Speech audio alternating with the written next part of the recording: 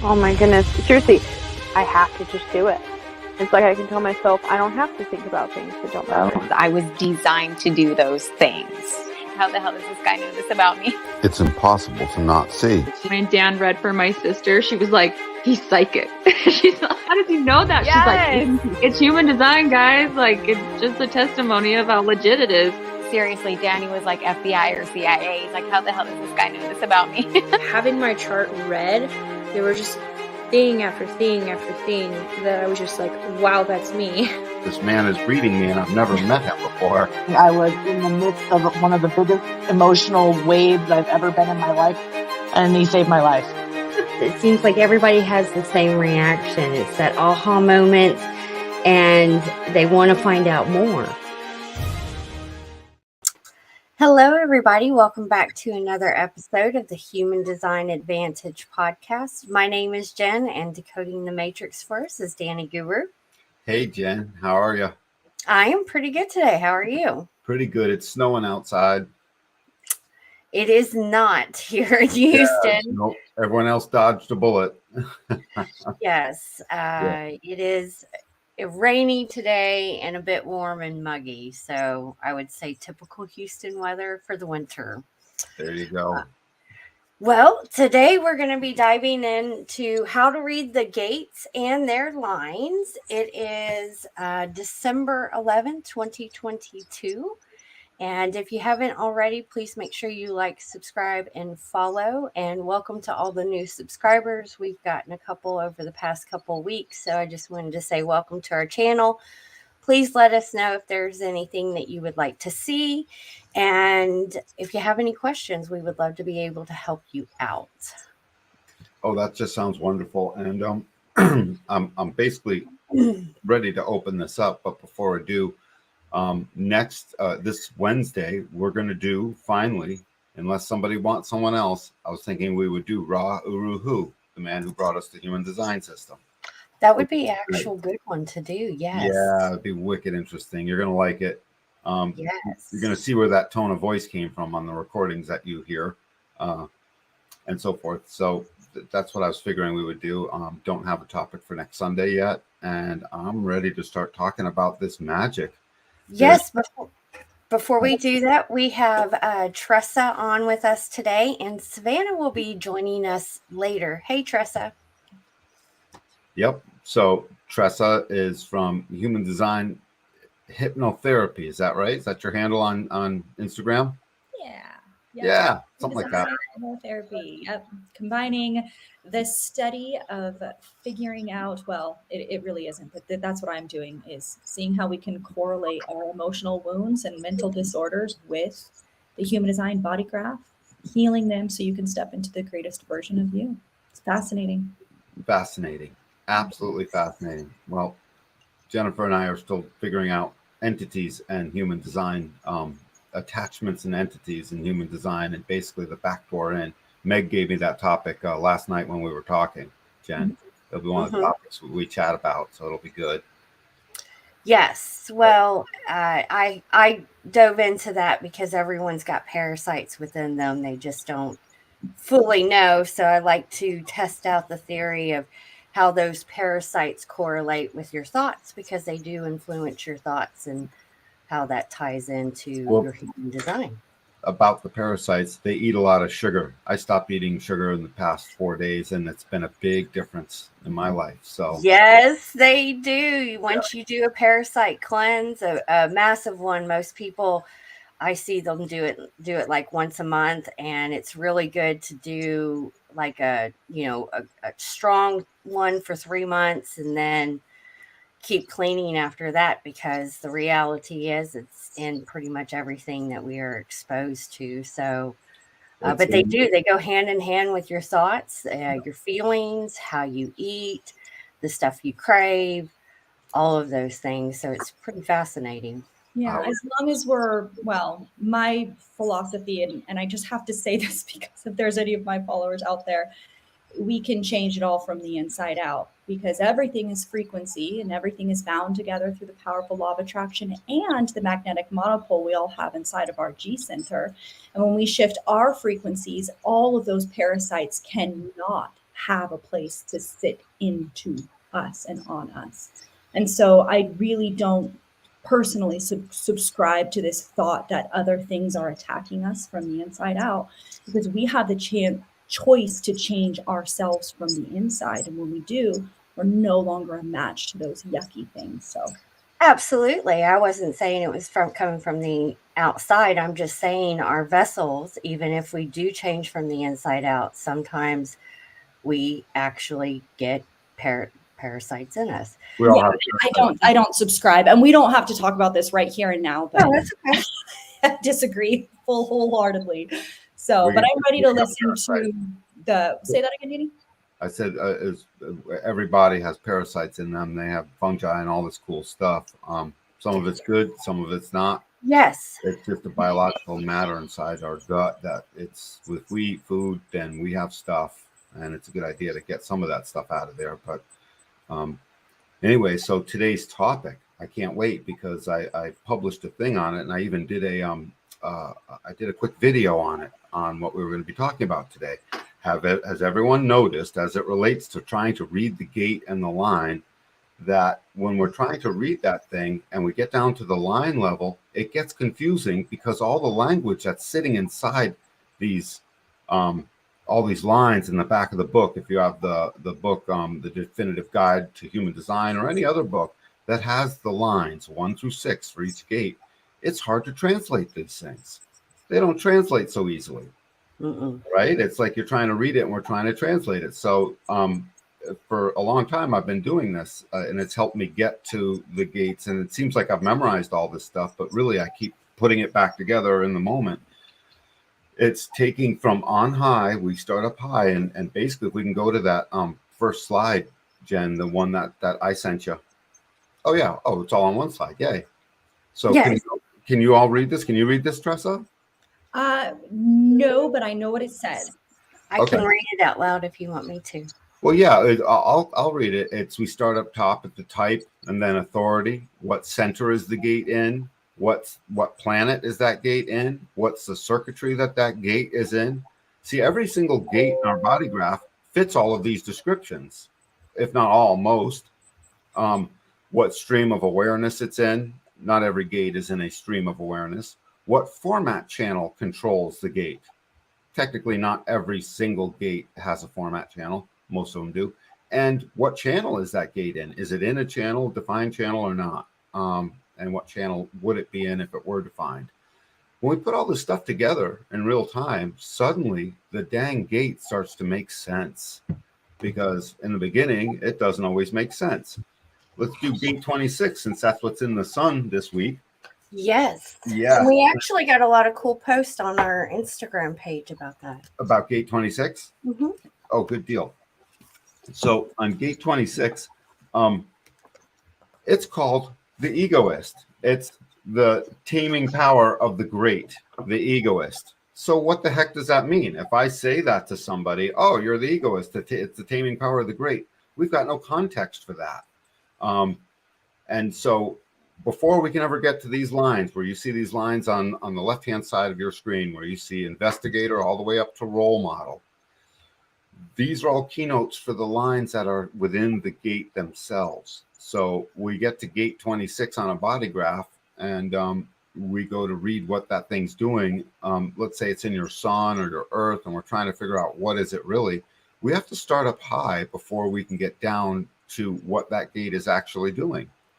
So the very first thing I do is, and we can't do this for all of them easily, but the first thing I do is I understand the type and the authority of the person I'm speaking to. I'm going to scrub those two out for right now, because there's a different type and authority for each person. But I'll still answer these questions as it relates to the type. But then we get down to, so I want to know what this egoist is. I'm just realizing I wish we had a body graph up. Hold on. Yep. We may have one. I've got Robin Williams. I don't like. Is that about, okay, we'll go. It doesn't matter. Or I've got the. Hold on. Any body graph will do. Will this one do? That one will do. Okay. So gate 26 is coming off the ego center, the little triangle off to the right of the G center. and gate 26 is pointing at the spleen. Do you see it there? Can you put your pointer on 26 coming off the ego? So right here. Right there. Yep. So there it is. So it's an ego gate. So that's why I said the center first. So an ego gate. An ego gate is about willpower. We need to know that. If you head back to the other slide that's got the keynotes on it, the first slide. Well, I guess we'll pretty much use these two slides. Okay. So it's in the ego center. What planet is it in? We don't know because we're not reading for an individual, so we can't tell, but it would matter. What circuitry is that in? That's in the ego circuit itself. So we know it's keynoted with support. And we know the ego is about pouring our willpower out into the world and keeping commitments and doing the things we say we're going to do and picking up the stuff and competing. It's about competition. And it's about just delivering a message to the tribe. It's about keeping a tribe together. And it's in the ego circuitry, so it's about support. So now we got support. What stream of awareness is this in? This is in the ego stream of awareness, which is about how it's instinct. It's our immediate, intuitive, in the moment, instinctual awareness about something we call continuity. Now, if you understand the streams of awareness, you can just plug that in. This is about an instinct. So now, regardless of the gate 26, what its name is, before we ever get to the name of gate 26, we're going to be, it's an ego gate. It's instinctual. It goes through the spleen, so it's going to be in the moment. This gate is going to be speaking in the moment. It speaks for the tribe, and it must be supportive. The tribal keynote for all tribal circuitry is support and sensitivity, the sensitivity to support. So anybody with tribal definition knows that they're stuck supporting things sometimes. When I say stuck, it can feel stuck or it can feel really good. And they have to support stuff. It's sort of required. It's a thing that they do because they expect that support back. Then I go to the format. Is there a format channel involved? There's no format channel for the ego circuitry. So we can't read that one out. And then what channel is it in? It's in the channel of surrender.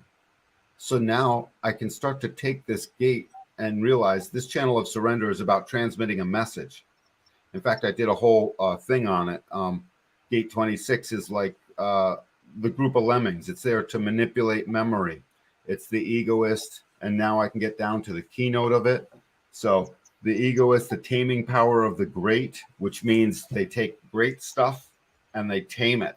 This is used to pull the troops together to basically make the tribe circle around and deliver a message. If you've got a gate 26 in your tribe and that's somebody's son who's selling refrigerators, well, he's going to basically send the message out that he's selling the best refrigerators in the world, and he expects the tribe to support him.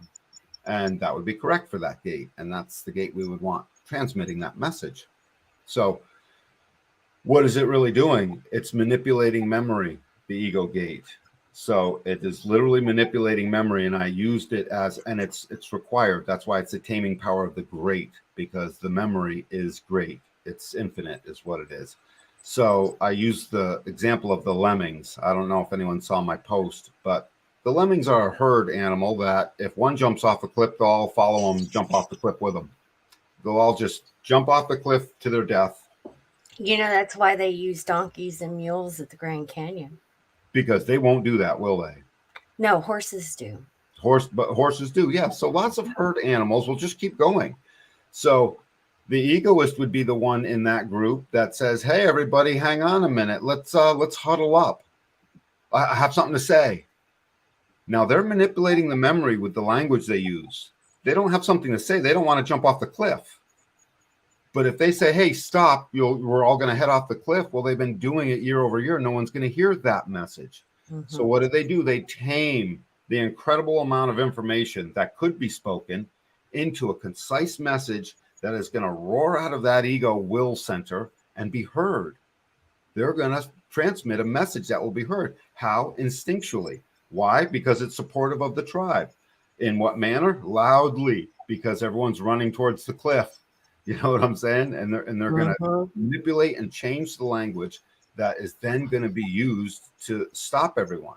they'll use language like, hey, let's huddle up for a minute. I have something important to say.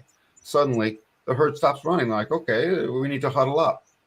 Had he just said, stop, you're heading towards a cliff, that message might not have been heard, because they've been heading towards that cliff, every season.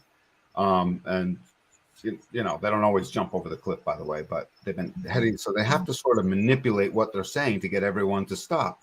That's what this gate is doing. It's an important messenger. We need someone to deliver the big messages, and the egoist does that. Now, it's not something to be no judgment. We can't put any judgmentation on this. You can't apply any morality to, oh, they have a big ego or not, or they're always bragging. It's irrelevant. We're just trying to get down to the gate and the line level, because when we do, we see that this taming power of the great says the maximization of the power of memory, meaning, hey, last year we ran off the cliff. I remember, right? The power of memory applied to the nurturing of continuity. So this is tribal. Tribal business is about nurturing continuity, because we need a continuum to raise the children in. Tribe is all about bringing the children in and then preserving them so that they themselves survive to be, active tribal members.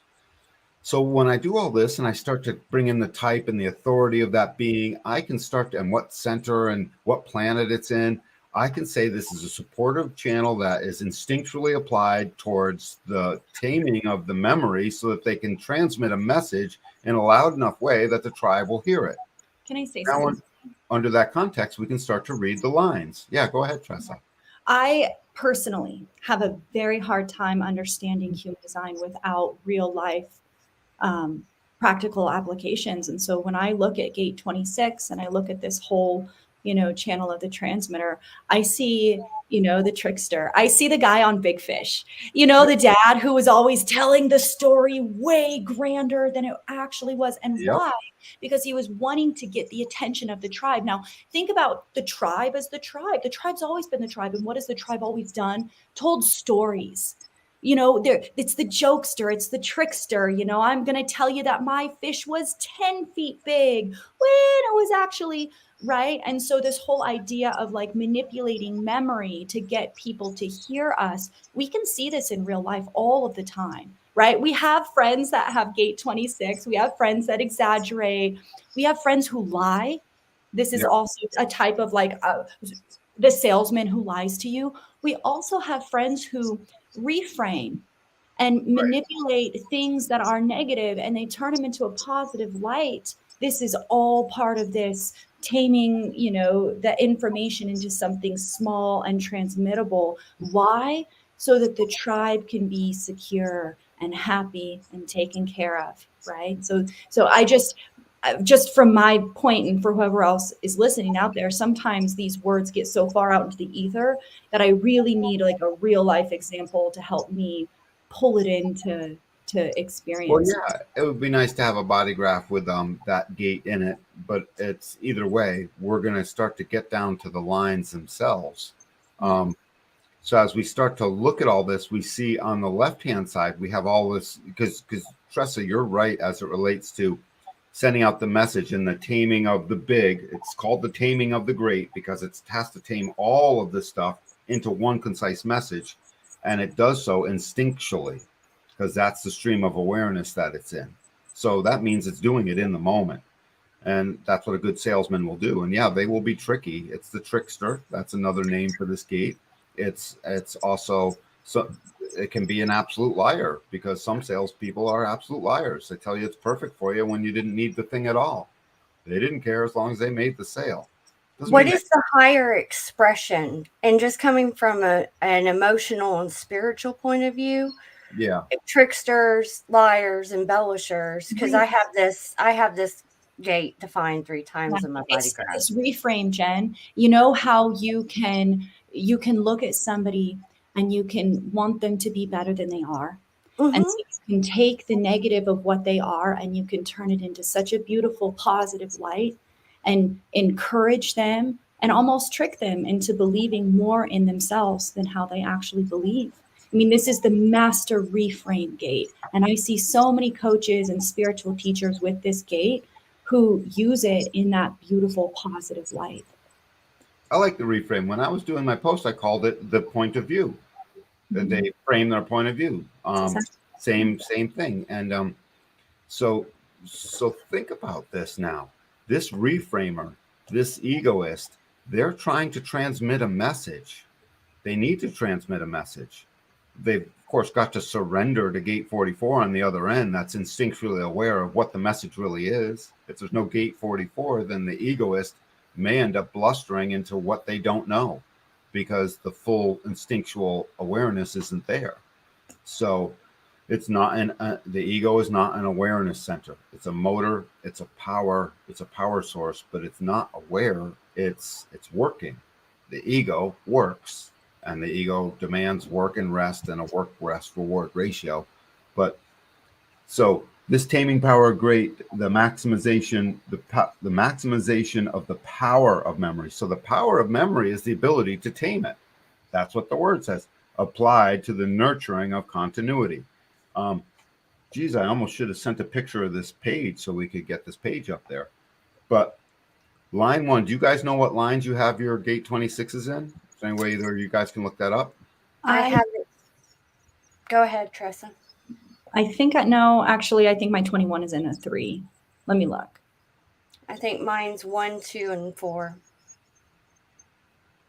Lines 1, 2. Oh, your 26 and your 45 are on your design side, right, Jen?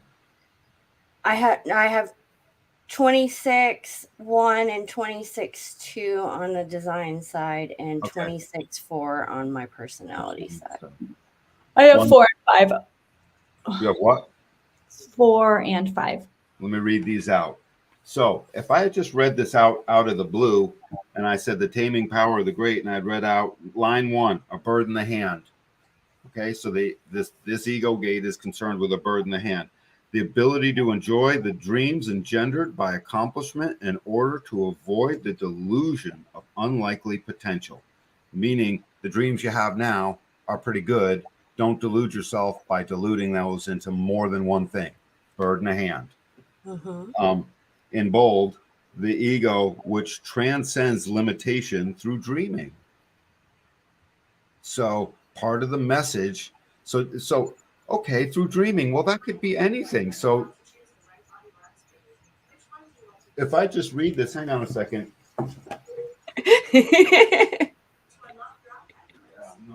That just kind of popped on. How interesting. Was it his TV? It sounded like a video or something. Tech's been kind of weird today. Suri started talking out of the blue, and I'm like, what? Theory.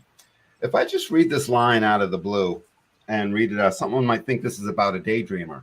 And it's really not necessarily about a daydreamer because it's instinctual. It's being applied towards a message that's going to be delivered. And by the way, Jen, to answer your question, this egoist, like Tressa was saying, well, actually, you already answered it. It's about reframing stuff in general. So the first line is always a foundation line. If you look on here, the first line here says the investigator, introspection, the chameleon that sort of blends in until they have a foundation. It's keynoted with empathy.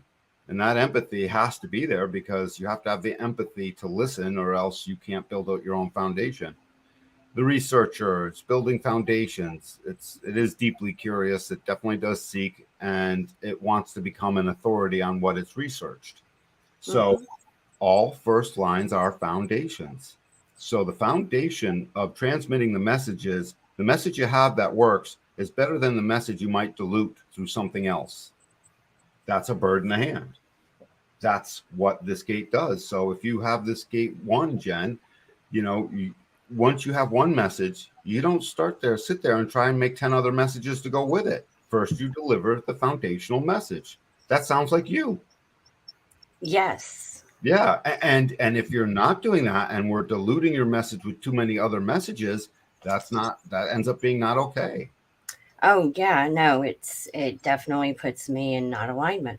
Out of alignment, right? So now type and authority do start to come in here. So in a manifester, that can start this that too many messages getting away from a bird in the hand will start to agitate. That agitation will start to move itself into what the theme of you going off the rails. It starts to agitate you into potentially anger. If the other party or the too many messages are coming through, or you can't figure that out and you've lost your way and you've not doing a bird in the hand anymore, then your authority will kick in, your emotional authority, and you might have an emotional wave about all of that to bring you a different clarity. Why am I diluting this message with too many other messages? And suddenly you'll come to a new clarity on that. Now, you see how we start up high and come down low in order to get to the line? It makes the line less confusing.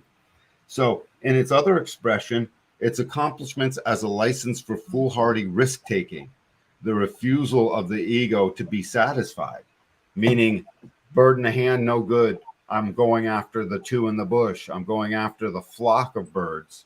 If you chase a flock of birds, you can guarantee you'll catch none. If you shoot one bird out of the flock, you guarantee you got at least one. A bird in the hand. It's wisdom. So the foundation of this line is the ego willpower to transmit a message that stays on point. That's the foundation of the egoist. That doesn't sound like a trickster. That doesn't sound like the big fat ego that's blustering and all the negative connotations we put to that. That sounds dang reasonable. That sounds logical even. And so now we can keynote it with the circuitry. In support of the tribe, I deliver the one message that is, instead of being diluted by many, the one that supports the tribe instinctually to help with the continuity of the tribe and its material way, the instinctual material way. So if I was a 5-1 and I've investigated on that and I feel confident in what I have already investigated in, since it's in a 1, am I double investigating? No, the investigation's never done, really. It's as soon as you've investigated enough. When was the last time you finished your investigation on something important? Anyways, mundane things. I'm forever investigating, but I don't like to speak on things until I know what I'm talking about. Right. So you avoid the other expression. Get that message out. Well, think about this. So instead of the refusal by the ego to even be satisfied with the message that you have, basically you end up being the person which transcends that limitation through it says through dreaming. So it's the ability for you to dream up what is it you're going to investigate and then become proficient at that or not. It's always that or not. So sounds spot on. Are you kind of referring to this and this thing that happens in charts where when we have something over and over, so like, because you have a line 1 in your profile, but you don't have a 26 in your profile. Yes, she does. Right.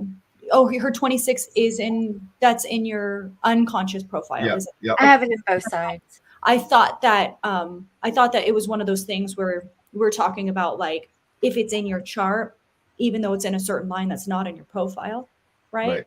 It's still going to express itself in that planet, in that gate, through that line, even if your profile is right. So like I'm a 6-2. If I had a 26-1 in my chart, it would still express itself as a 1, even though my profile is different. I misunderstood you. Yep. No, and I was going to put profile and incarnation cross in here as 9 and 10. I left them out for this purpose of because that's something we'll see in a chart where it's like you can see somebody's profile, like you're a 5-1, Jen, but let's say if you had a ton of 4s underneath, you would have that as kind of a dominant trait. Just like in astrology, if your sun sign was Aquarius and you had a bunch of Scorpio placements, you'd kind of express yourself a little bit more as, right? Yes. Yeah. And so, that's what I thought we were talking about.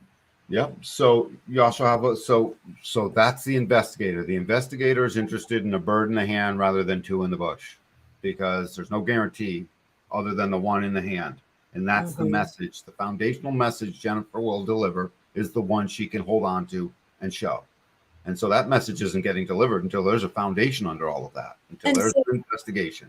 Again, Danny, can you, maybe Jen, maybe this is a Jen question. let's bring it into real life. How does this express itself? Because when you say a bird in the hand, you can say that a million times. I have no real life application. I cannot take that information and use it. So how does this express itself? What's a real life application? I can see this playing out in my life, especially when it comes to the foundation. I have to have that foundation first before I can start sharing my message. It's the most important thing here. And I know you didn't put the incarnation cross, but with my incarnation cross on the cross of dominion, it's like even stronger. So, like what my purpose is here and what I am supposed to do to help the collective, I have not been able to share that until I can have that secure foundation. And so it's there. I have it in my hand. I know exactly what it is, but I also know that I have to have the other intuitively before I can do that, which is kind of opposite, because when you take any type of coaching program, they tell you to, start talking before, get your message out there and your foundation will be built. But I've always not felt comfortable that way.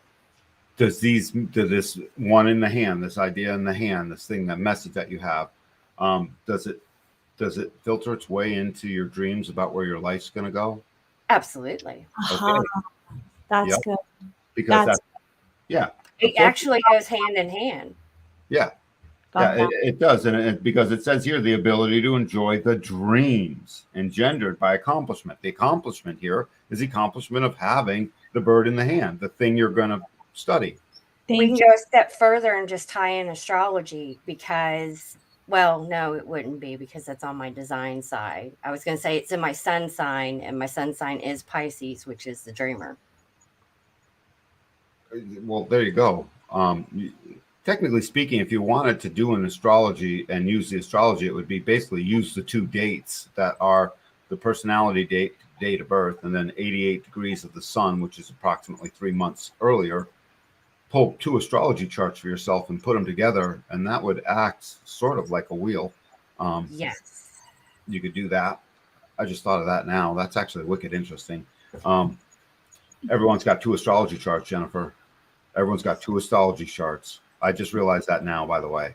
My astrology guy actually pulled up, when I first introduced him to human design, that's the first thing he did, is he pulled up his design astrology and his personality astrology, and all of a sudden he got all of this information that wasn't explained. Right. His personality astrology is fascinating. Yeah. Well, now astrology just didn't have the knowledge back in the day to know to put the wheel together 88 degrees of the sun prior to. They just didn't know that. That's all. That's why they came up with the house system and plenty of other things to create a juxtaposition. So you have a line 2 in this, right, Jen? Mm-hmm. 1, 2, and 4. So these are all resonating to your profile. The 2 resonates to the 5. It's in harmony to the 5. So you can be called. The second line is that hermit, where there's a natural talent that's there. It's artistic. It's shy. It's a line of projection, which means the second line is just projecting out that it might have its natural capacities in that line. We're going to read it in a minute. But they're projecting it out. They don't know what they got until someone calls it out of them, or until it is called out of you. So you will find whatever planet that's in, that this gets called out of you, sometimes in peculiar ways. You didn't know it was there sometimes. When we read it, you'll tell me if that's true. Just stick with the hermit. It's the one that basically avoids, they sidestep behavioral norms through isolation. So this gate stays isolated with its barrier up. It's waiting to be called. Yes. But again, we've done all this work as it relates to the egoist, this taming power of the great, maximizing the memory. And before we had the foundation, which was, hey, give me a bird in the hand rather than 2 in the bush. By the way, Tressa, you've never heard that statement before? Mm-mm. It's a hunting statement. They're hunting something, and it's like a bird in the hand, because I hunted it, is better than hunting 2 in the bush where you might get none. You see 2 birds, if you see 2 birds, you go after both of them. Thank you, because in my head, and again, there's a generational gap between Ra and some of the younger kids that are coming out into it. So sometimes you feel like kind of like the Bible, but not as big of a gap, where it made sense in that time. But Right. to me, I'm like, I don't know what the hell he's talking about. Like, Well, I mean, it's an easy one to understand, right? So bird in the oh hand. yeah, when you say it like that, it's like, oh, okay, yeah. Yep. So we get to the second line, the natural. The natural has no idea if there's a bird in the hand or not. The natural has no idea of anything until it's called out of them. So what does this second line say that sounds like a second line? The lessons of history. That's a good second line. It says the energy and depth of reflection to learn from the past in anticipation of the future. The power of the ego to mature through experience. Now, that could sound foundational, but it's a very much a second line theme. It's very much a hermited theme, because what are they saying? Hey, lessons from the past, I'm not getting involved. I'm not coming out of my hermit cave. I'm not getting called into that. It's always looking over the lessons in the past to try and find an excuse why. And again, we're in the egoist, so they're going to manipulate the memory. And when I say manipulate the memory, that's going to be a vocalized thing where they're going to be like, well, that might not be the best thing for me. What's really going on is there's a whole story behind it. And in anticipation of saving someone's breath and another 10,000 words that didn't need to be said, they manipulated the memory to simply say, I'm not sure if I'm in alignment with that. Mm-hmm. Okay. Cool. If someone asks why and you have more to say, now they're calling an answer out of you. Mm-hmm. Otherwise, there's not really a whole ton of answer there, because what you've done is you've simply used the lessons of the past. This is a second line theme all day long. I got all these lessons from the past. I'm just a little natural. I have no foundation. The only foundation I really have is my lessons from the past. I remember those. So at least I'm not going to repeat that if it was a bad one, or I am going to repeat it if it was helpful. And so what are they trying to do? They're trying to remain a hermit and not be influenced by the others. So unless that lesson from the past calls them out and has them come out with that message, called out to deliver that message, the egoist is going to tame all of those details. They're going to tame the great, meaning the conversation coming in, and they're going to tame it into one message that gets transmitted into, I don't feel like it. That's a beautiful way to basically tame everything down into, I don't feel like it. Mm-hmm. So that's the exalted expression of that. In its detriment, the second expression of that is this urge to take action despite evidence of history. The failure of, now the ego, don't forget, so the ego, loyalty, respect, the ego supports, the ego does work. It has the willpower to keep the bargain and do the work. So it's the failure of the ego to respect its past experience. Sometimes we charge full speed ahead because you feel called into something, only to have the experience from the past come back and be like, hey, I could have given you this on the first round, but you dove in, and now you got called into this thing. You thought you were called into this thing, but it was really your big fat ego that got called into this thing because it wanted to be first. It wanted to win. It wanted to compete. It wanted to have the thing. It wanted its foundation, which is a bird in the hand. And the dreams of the bird in the hand got called by the second line to go out and do the thing that it didn't listen to the lessons from the past of. Mm-hmm. So that can be a quandary for you at times, Jen. So it's like, I knew it. My foundation said no, but this little magic calling in me said yes. Okay. So what's the problem with that? Nothing. Paired with my gate and my defined head, 43, I'm constantly reviewing the past. That's actually the one thing that helped me in my recovery, because it's the definition of insanity, doing the same things over and over again, expecting different results. Right. And so you see that from the lessons of the past. Absolutely. And I'm pairing it with my authority through my emotional wave. So if I'm continuing to have the same emotional wave over the same things, then that's really telling me that there's something that I need to review from the past. Yet headlong you went into a thing, whatever it was, and they call it the detriment. I just call it the second expression because it's still there. It's still a teacher. It's still there to teach us. Sometimes we dive headlong, called into something that ends up not being for us. What's the big deal? Okay. Regroup. You'll you'll find your support and all that stuff is there. So the urge to take action despite the evidence of history. So this is a binary that if I just read that, you could apply that to almost anything. But when I start at the type and go down to the authority, and it's in the ego center and the planet that fixes it, all of these things, the circuitry it's in, I start to make sense of what this gate is.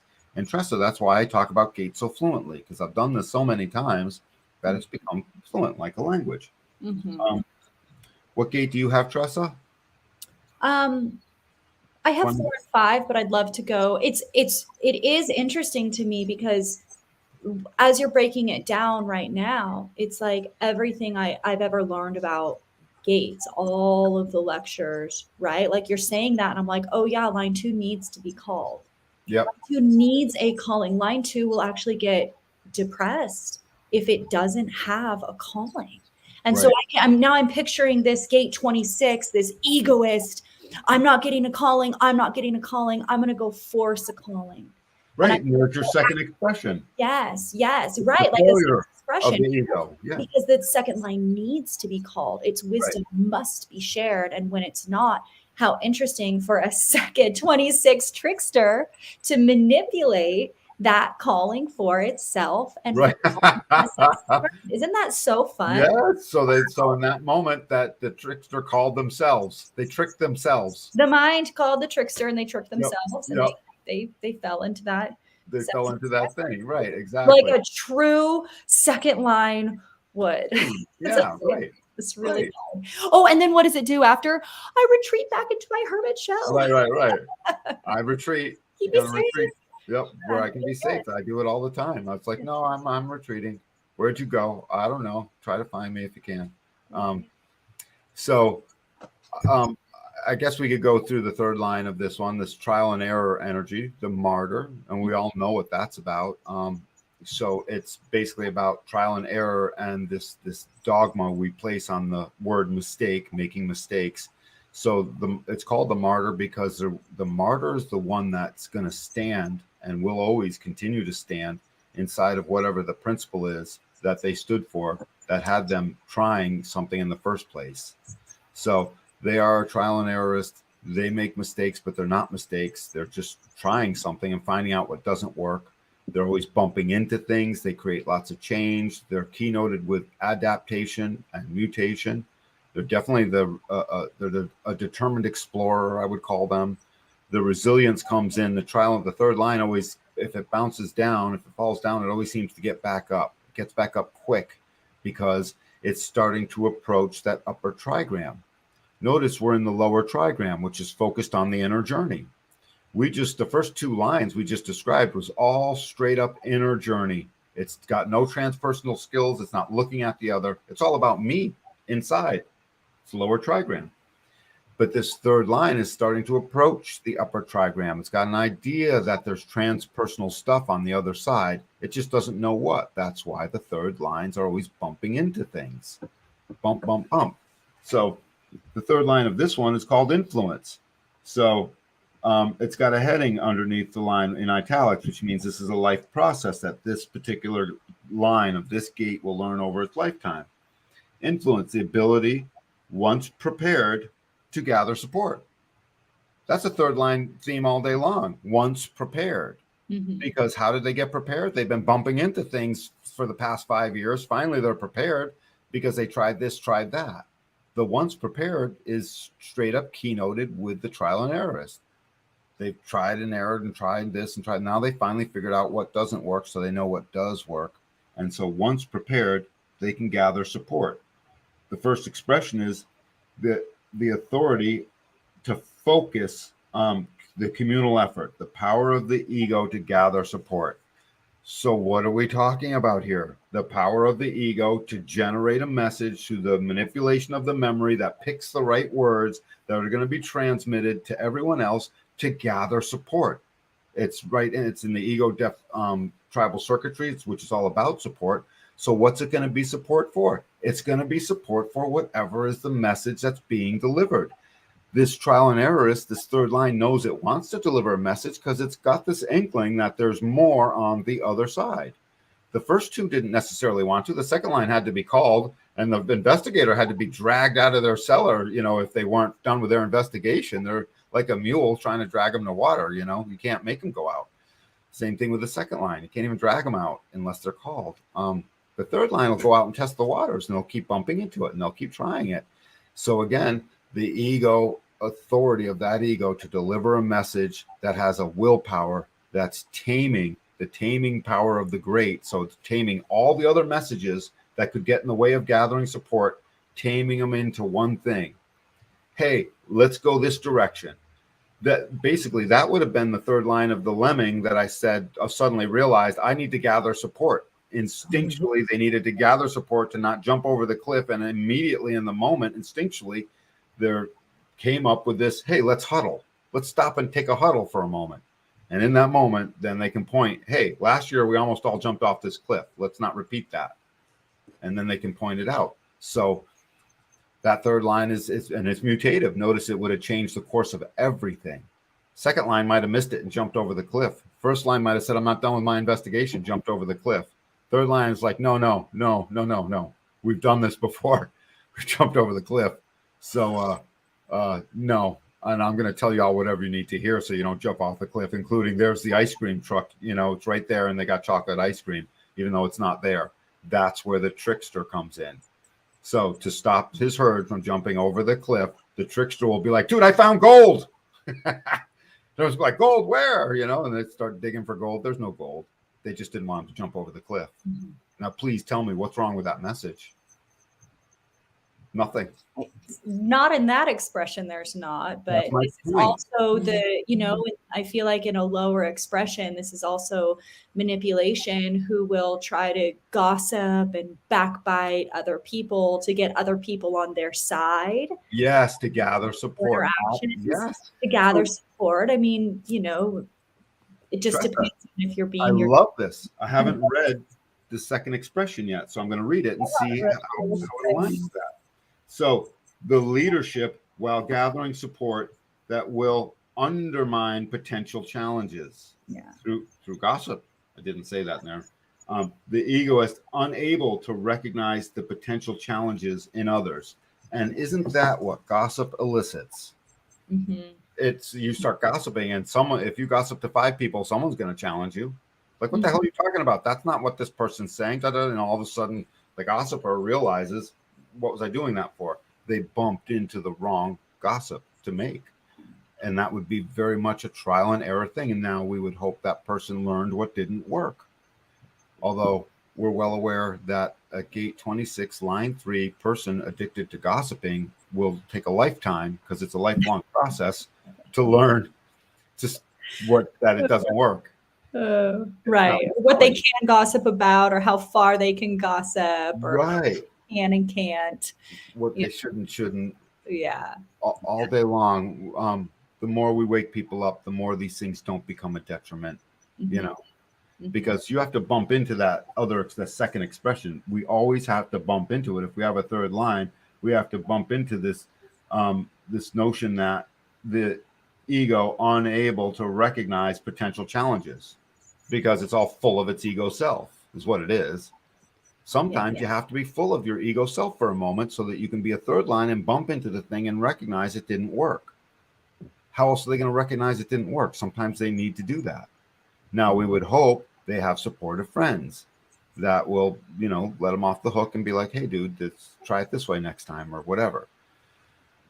But moving to the fourth line, now we move into this upper trigram, which is focused on relationships with the other. It's called transpersonal. Lines 4, 5, and 6 have transpersonal skills. They're looking out over the other. The 4 and the 5 are looking out over the channel, and the 6 is looking out over the whole circuit. So, fourth line, both you have that, right? Mm-hmm. Mine's in Neptune. Yours is in Neptune? Mm-hmm. So that makes it veiled. Do you know where yours is, Tressa? Pretty sure it's in Jupiter. It's in Jupiter. It becomes the law. So in Neptune, so in Neptune, when it's veiled, it just means that if you try and go in there and figure out what the thing is, it'll drive you crazy. If you let it do its work, it will surprise you with what its truth is. Mine's in Saturn. Sorry, not Jupiter. Yeah. So if you go against what this gate says and live out the second expression too terribly much, it will judge you harshly, essentially. Mm-hmm. Yeah, this would be a reason for lots of things. So, fourth line is called censorship.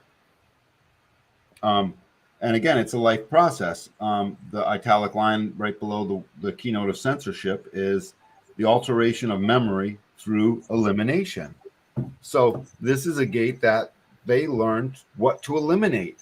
The manipulation and the taming of the great. Again, back to the egoist. The egoist has to have all this ego willpower to tame a great amount of stuff that came into a message and to tame it into something. And if you're a fourth line, which is the opportunist looking for the right opportunity to express their externalized notion that they want to talk about, they're the ones that omit stuff.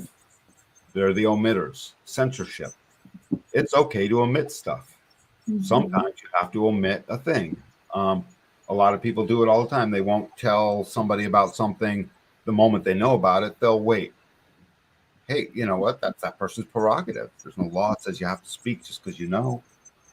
Censorship. So it's the alteration of memory through elimination. And it's the ability through censorship to save the collective from itself.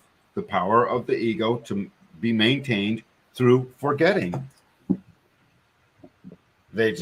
Through forgetting, this can apply to so many different things. This person, this fourth line, is looking out over into the other, recognizing that, well, I forgot. I'm not sure. So it's literally the ego willpower to actually forget certain things that aren't important to the message. That can get really tricky. And this is a line that would fall into trickiness. This is by definition tricky. Mm-hmm. Selective forgetting. Yep. Or in selective. Now ask yourself, what's the difference between omission and selective forgetting and lying? There's a very fine line in a 26.4 of a liar. Really.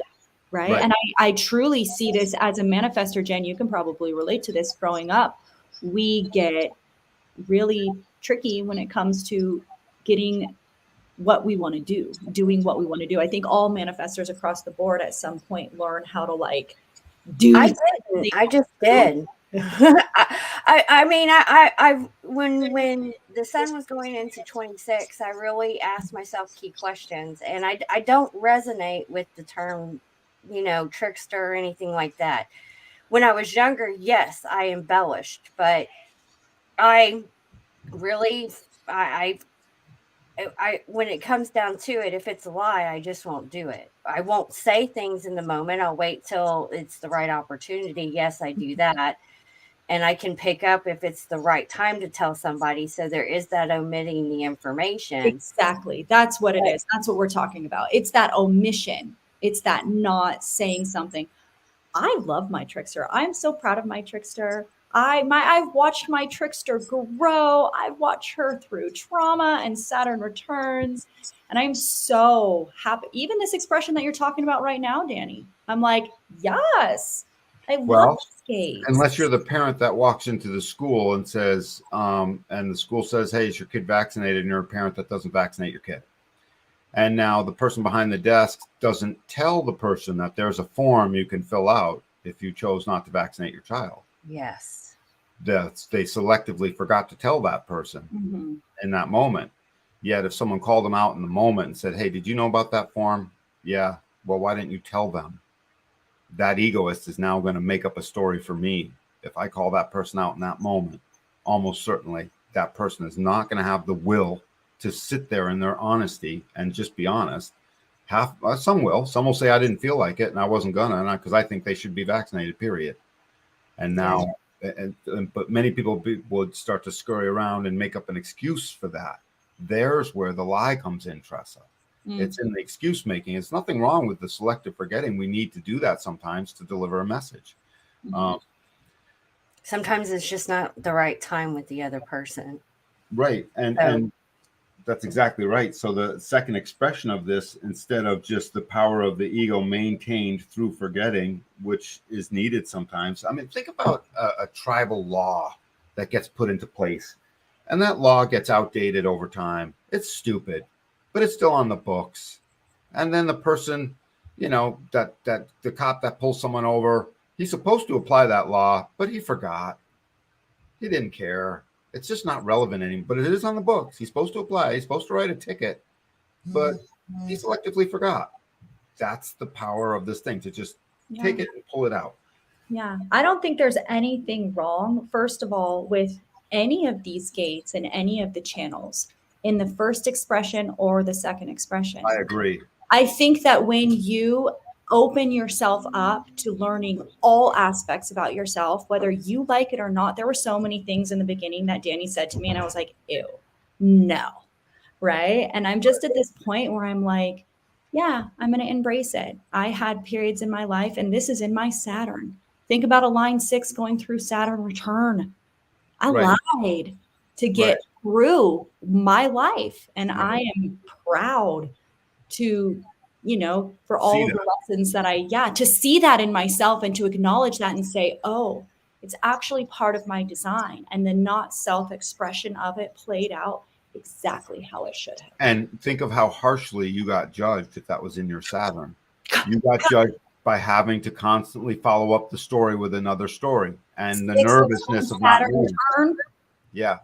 Right? Yeah. So the punishment came in from all of that.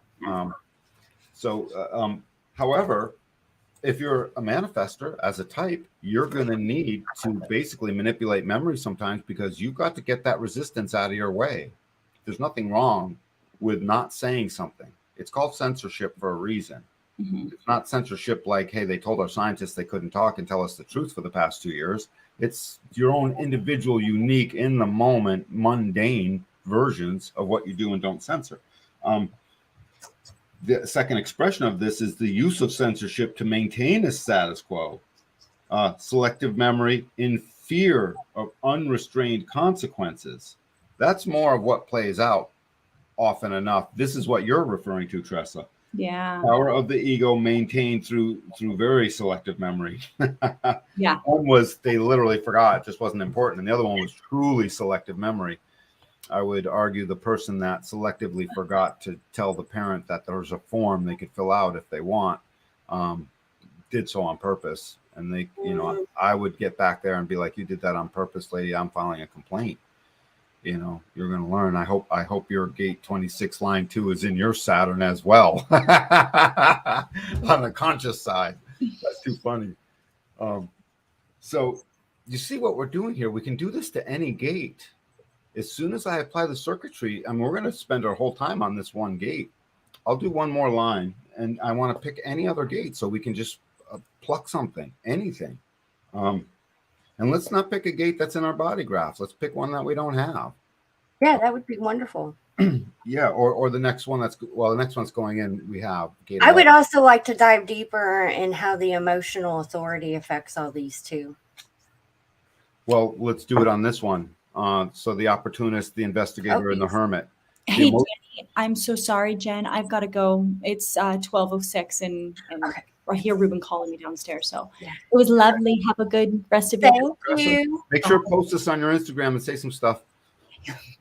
Okay, bye. She better post it on her Instagram. Anyway, so we can apply this to your inner authority. This emotional authority, right, Jennifer? It shows up. It's there to give you clarity. It does. I think it influences a lot of what y'all are talking about with this, and I'm being honest with myself. One of the things is that with my integrity, is that I don't like to embellish. I don't like to lie. I don't like to omit information that I know that the other person is going to do. And I think that has a lot to do with me practicing empathy and putting myself in the other person's shoes. I practice the golden rule. So I don't know if that's because I can pick up what the other person is feeling emotionally, or I have that emotional authority that influences it. Well, keep But in mind, this is not your strongest expression of this gate. Lines 1 and 2 are.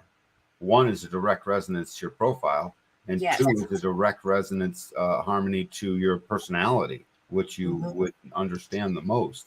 So how would I interpret a bird in the hand versus not? Line 1 for you. You suddenly chose to ignore the lessons of the past. You went after both. You lost them all. I did that a lot in my drinking. Yeah. So in my addiction career, I did it. That's what really snapped me out of a lot of this and gained that self-awareness. Well, to one degree or another, on the mundane plane or not, you're still doing it to this day. We're all doing the things that are in our body graph. We limit them, we watch them, and then, unless somebody somehow obtained the word perfection, I don't know anyone who's ever really obtained that, but so without it, we're always bumping up against both expressions of this thing. So emotionally speaking, you go after the two birds in the bush because you want the extra, and you ignored the lessons of the past. And then the egoist drew you out to do something, and you came home with nothing. Rather than at least a bird in the hand that you can investigate, you went out in the world, did a thing because you felt a call to do so. You said your investigation's close enough. I didn't need to investigate any further, but you probably did. Instinctually, you knew you did. But because the urge was there, you didn't listen to it. And out in the world you went, and you came back with nothing. Or worse, you came back with less than nothing. Not only nothing, but you lost whatever you had from before. Yeah, we don't have to go through the emotional through all that. Well, no, but I'm just doing lines 1 and 2. Suddenly, you'll have an emotional wave about all of that. So that's all. Yes, but it's okay. We can go ahead and finish. Yeah, let's do line 5 real quick, and then pick any one gate so we can sort of go to what will be the scoop with all of this. Line 5 is called adaptability, the understanding of mechanics and the application of energy to achieve the maximum potential. So the understanding of the mechanics and the application of energy. What are the mechanics? Tribal support. Coming out of what gate? The ego gate. That's the egoist, taming power of the great. Doing what? Manipulating, working with, and challenging the current memory to know if it has to do something. In support of the tribe, instinctually. So again, you see what I was doing? I was adding all the keynotes on top of it. Yes. So that becomes adaptability. It's the power of memory which maximizes the potential of the ego to attract others. What do fifth lines do? They're heretics. They're bringing something new. They're bringing a new message that may or may not be a heresy to the old message. They're universalizing that. They're projecting that out. Literally, they're receiving the projections of others to universalize a message. And they're acting as the general. They're trying to be very practical. They want to be a problem solver. That practicality is the most important, really, word I would put to all of this. They've got to be practical because they're always attracting the view of the other. They attract society, fifth lines. So this fifth line wants to very practically just be adaptable and use the power of memory, which maximizes the potential of the ego to attract others. And to attract others to what? What channel is this in? It's in the channel of the transmitter. It's called the channel surrendering to the transmission. They've got to transmit the energy. And it's the maximization of this energy to transmit exactly the right practical message in the moment. And the surrender, by the way, if anyone ever wondered what that surrender is, they're surrendering to the instinctual awareness. They're surrendering to the now of it all. The egoist wants to not surrender to anything, just by nature, because it's an ego gate. Why should I be limited? I'm the ego, roar. But it must surrender to the instinct that came through. And so these two gates, 44 and 26, surrender to each other. It's there to transmit a message in the now. So this line describes it perfectly. It's this ability to be adaptable to maximize the message in the now. So the fifth line lemming running towards the cliff will say something, we'll wait until the very last minute so that the pressure is built up so that the message can be as practical as possible. The second line messenger will say, well, I heard the calling, so I gave the message when I heard the call. Right. The third line messenger will be like, everyone was running towards a cliff, and I've already done that once, and I watched my brothers, jump off. So they're going to deliver that. The investigator is going to be like, I'm not sure if I'm done with my investigation or not, but I'm investigating that gravity is about to start working against us. Everyone has a different, the opportunist the fourth line is going to deliver that message by, censoring what they didn't say in order to deliver a message that they want to say, instead of going with the tribal nature. So they all work in their own particular way. And the second expression of that fifth line is resistance and dissatisfaction with the basic changes to nature that they feel are necessary. Resistance of the ego to adaptation. In other words, my way or the highway. Mm-hmm. I don't want to adapt. I said it's this, and that's that. And so, anyways, all these gates can really ring themselves out. Were we curious on any gate whatsoever? Any other gate, like if someone wanted to know about gate 64, gate 61, gate, that return that's always returning, or no, everybody has been resonating with this gate. I mean, it maybe since we're a little bit over an hour. We're going to stop here then. Yeah. Did you want to do 6? Sure. The role model. So this line of a gate is concerning itself with the entire circuit. So they're looking out over the whole tribal circuit, trying to understand, is the community there? Are we being driven enough to rise up the ladder? Are we instinctually giving the right message? Do we have the right resources for the tribe? Are we delivering the right message? Are we gathering the right forces? Okay, all of it. So the role model is really what we exalt the most in this coming age that we're coming into. It's the role model that we need to exalt the most in a way. And theirs is called authority. So again, the subheading at the top was the maximization of the power of memory applied to the nurturing of the continuity. And this one is just plain authority. It's got a heading underneath it, a subtitle, shall I say, in italics. So this is a life learned process. The natural attainment of influence justified by the correctness of its actions. So what are they really saying there? This attunement that is justified by the correctness of its actions. What they're pointing out is they gain influence like a role model should. This sounds like a 6-line role model, and it fits into the genetic continuity of it all, whereby that role model wants to be an example, Jen. They want to be a living embodiment of that which is correct, which is what you were pointing out earlier. That living embodiment can only be lived. Its correctness can only be formed over a lifetime, because that 6th line lives out a 3rd line process in the first 28 to 30 years. And in that 3rd line process, they're trial and error this, trial and error that, when in reality, through that trial and error process, they learn their role model way, which is the embodiment of reason and purpose that passes the test of time. The strong ego whose influence is justified by the correctness of its actions. This is the power of the transmitter. It's really exalted so heavily in this line because in the correctness of its actions, this egoist does not have to roar. This line could speak softly. People have seen this ego gate and this line be in its correct nature for so long that this person could probably just give a nod or do a little pinky wave and everyone's gonna be like, what are they saying? And now all the lemmings stop jumping off the cliff. Back to the herd jumping off the cliff. This one would literally, this role model all they would have to do in order to get the message out is stop. Hey, why did the role model stop? They're a living example of things that are correct. They've always had right action before. They stop. Why are they stopping? Yeah, that's a great example. Yeah, you would think that the heretic would fall into that too, because they're attracting the attraction of others. The heretic could simply stop as well. But it's this role model that gives the resoluteness of its correctness that others have seen as a living example of it. And they just have to stop. And boom, the rest of the herd says, why did they stop? And then they stop too. You got a question coming in?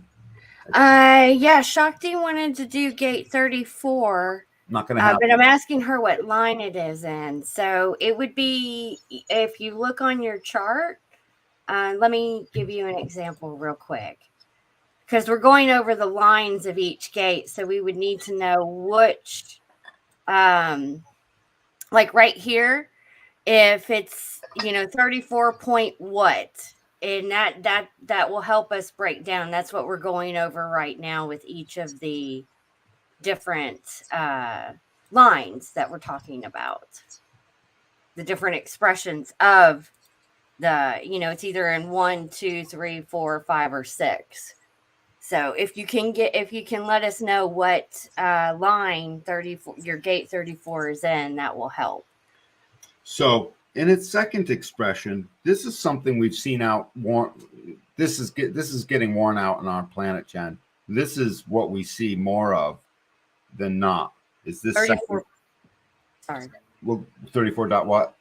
34.4. Okay, stop there. And the second expression, instead of being the literal role model that embodies reason and purpose and passes the test of time, the strength of the ego justified by its correctness, it's the exact opposite. The expression of the ego as a role whose influence is merely symbolic, and it lacks authority because it wasn't living by its correctness in the first place. It was just trying to be a trickster to get out a message because of its conditioning. And now you can see why this trickster takes on both a good name and a bad name. Yeah, I guess I view them from a universal law standpoint. There's repercussions to lying. Yeah, and not being, holding integrity, just having like those lower vibrational vibes. So that's where I'm coming from when I ask this. It's not that I haven't held some of these expressions in, before I did all my shadow work and really started to do that internal journey, which I do a lot of. My internal world is my world, because your outer world is a reflection of your inner world. So because of those things, when you are lying or you're not being real or authentic with somebody, but for me, it doesn't regard what planet it is in. It will come back and reflect that to you in one point in your life. It took me a long time to realize that, up until I had my awakening, and I was 37 when that happened. So believe me, I had been, through my addiction. Yes, of course, I did a lot of these lower expressions and higher expressions. We do live them both out. The second expression, the detriment, is always there as a guardrail to bump into, and at times to live out.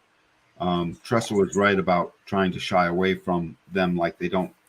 I heard about at one point someone had said that they took the book and they deleted all the detriments out of all the lines in the back of the book. Yeah, that would be silly, but I could see why. It helps you do your shadow work. Even when you get into, and everyone knows the point that I'm taking, Hermetic principles, which is integrated in this because it's part of the Kabbalah system. Yeah. Going into universal law, your outer world is a reflection of your inner world. So it's important to know what those lower expressions are, because you are to marry your mind with your soul. That's the divine union. That's where you're never going to get rid of your ego. You have to marry your ego, and it's controlling your ego, so that when these lower expressions do come up and you notice them, you don't act on them. And don't justify that it's okay to have those lower expressions. They may be in your chart, but that doesn't mean that because it comes up and you want to lie, that it's okay to lie because it's in your chart. Don't forget, it is called the manipulation of memory, the manipulation of it. Yes. So even in line 4, where it is the power of the ego to forget, it's really more of a suppression. The person in their memory, when quizzed later, will have that nugget that they could recite, that they've forgotten instinctually in the moment. But then you're going and you're lying to yourself. Right. That's still, to me, that's still. I totally get it, Jen. But Yeah. we live in a world where, okay, I'm a cancer victim and I'm about to die. I'm going to lie to myself and say it's a beautiful day. I want to smile on the way out. So there's applications for any one different thing. And they become very mundane is what it is. You got to get right down into the mundane level.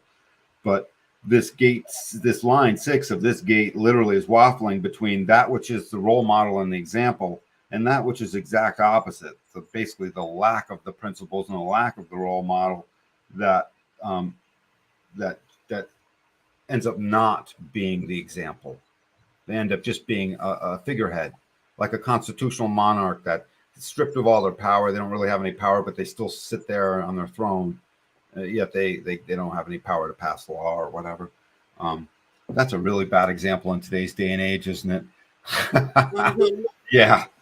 34.4. So 34, run the numbers. What type is this person that asked? Are they a generator? They're 5-1. Shakti, do you know what your type is? Manifestor, generator, manifesting generator, projector, or reflector?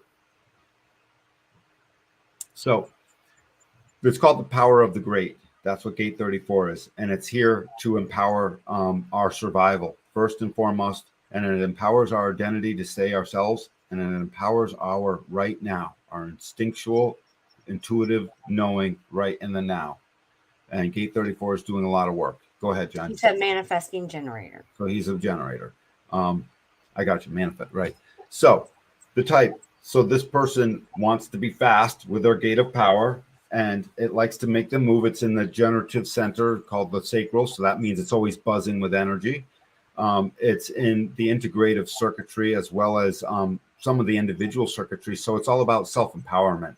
This gate 34 wants to self-empower itself to be busy and fast in the now and get its truth out. That's what it's always trying to do.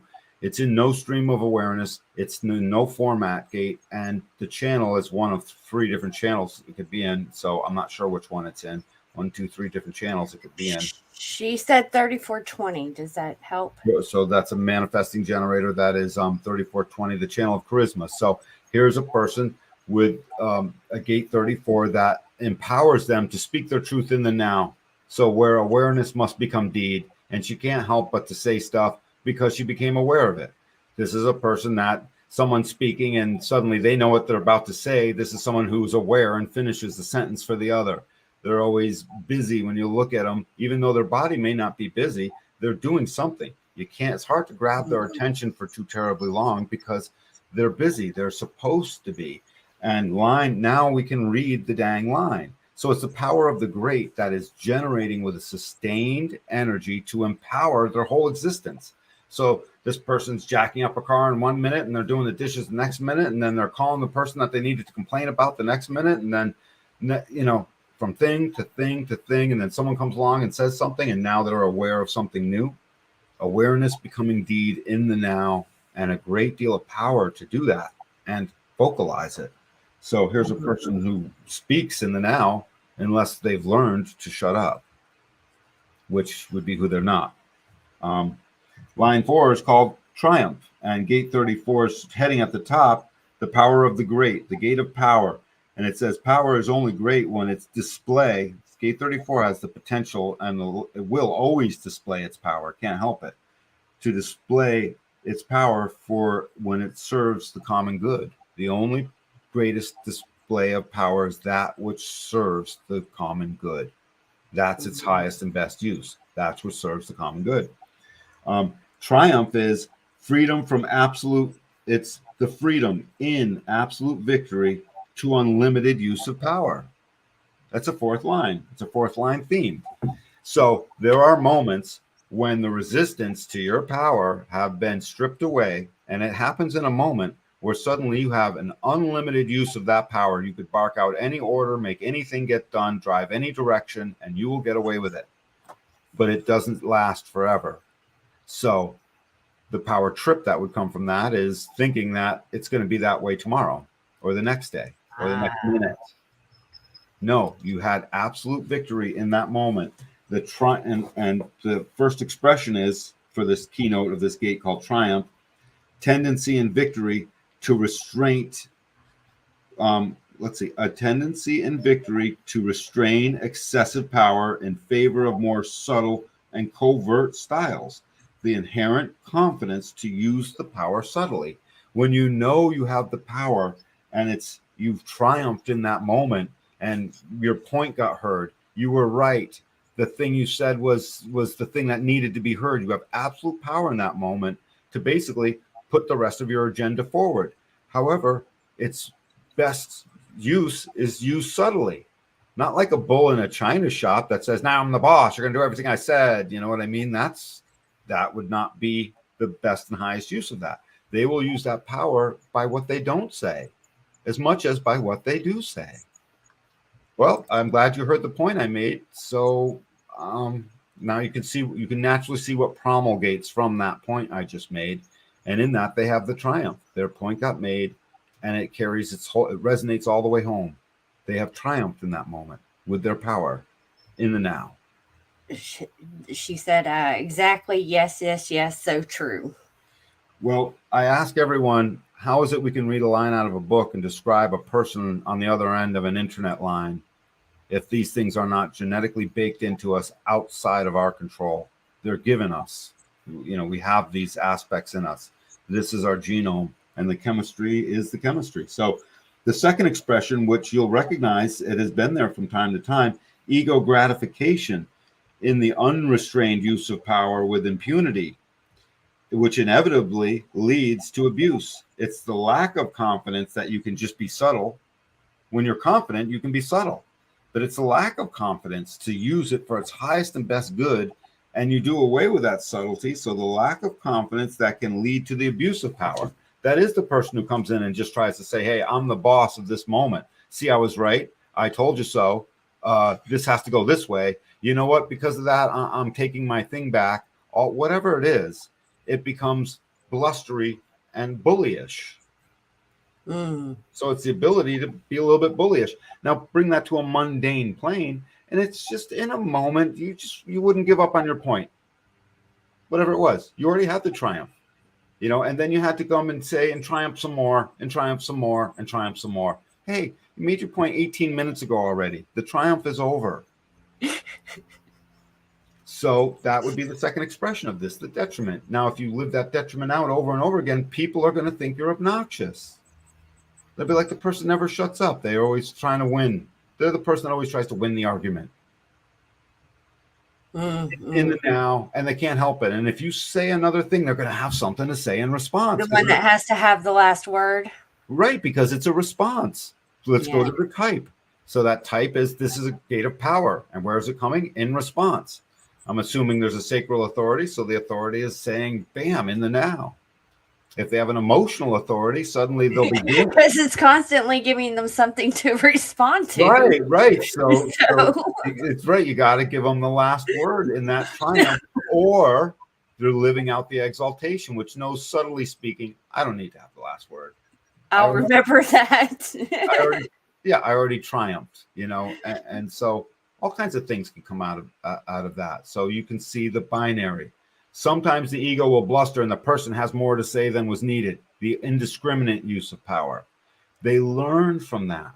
It's not necessarily even a shadow. It's just a matter of timing. So they learn, the timing of that wasn't great. And I noticed I turned everyone off because I was too much. Gate 34 always has the potential to be too much in a moment. And it requires the people around it that love it to say, hey, that's too much. Or it's too much for me right now. She says, you're absolutely right, Danny. Thank you. And LOL, agree, but learned my lessons well. That's it. Just learning the lessons. Just learning the lessons well. That's what I think the lower expressions are really teach. That's what they're here to teach us. Not, yes, it's the energy that flows through us. Yes, it can be expressed in certain moments. But it's also teaching us to strive for that higher expression. Very much so. Very much so. And on that note, on that beautiful message that you wrote, thank you for that. we're done. It's take those keynotes, and you can also add besides type, you can add the incarnation cross, and you can add the profile in, just to help you narrow in on what does this gate mean. When you run those numbers in a real live chart exercise, you'll be able to go through each and every one of those keynotes, get to the meaning of the gate, and now you can translate the dang line. I like that. Thank you. Practice makes perfect, and so bam. Thank you very much. I think this was a wonderful episode today. Thank you, everybody who tuned in. If you haven't already gotten your session with Dan, you can find the links down below. I highly recommend getting one. He'll be able to really dive deeper into your chart and break down everything that we've been talking about. So if you're interested in learning about who you are, definitely do that. And he is also phenomenal with couples. So if you are a couple, whether that be a romantic one, you're in a business partnership, or you have a friend and you want to know how well you two work together, definitely book a reading for that. He's offering those right now. Mm-hmm. And we haven't quite promoted it yet, but I would just go ahead and announce Dan's going to start doing some mentorship and training on to become a human design reader. Yep. So we need more readers out there. If that's something that interests you, please make sure to message us. I'm going to work on having a page up to sign up, hopefully by the end of the week. So, but if you would like to get started, or you want more information of what all that entails, definitely reach out to us. You can find everything on our website. And if you're watching this, you know exactly where to find us. Make a comment. We will swing back around and meet with you. So I think that's it. Bring it on, and we're done, Jen. Thank you for a lovely show. You always make it work, and I love you for that. Oh, thank you. Love you too. We hope everybody has a wonderful Sunday, and we will talk to you guys on Wednesday. Catch you guys later. Now.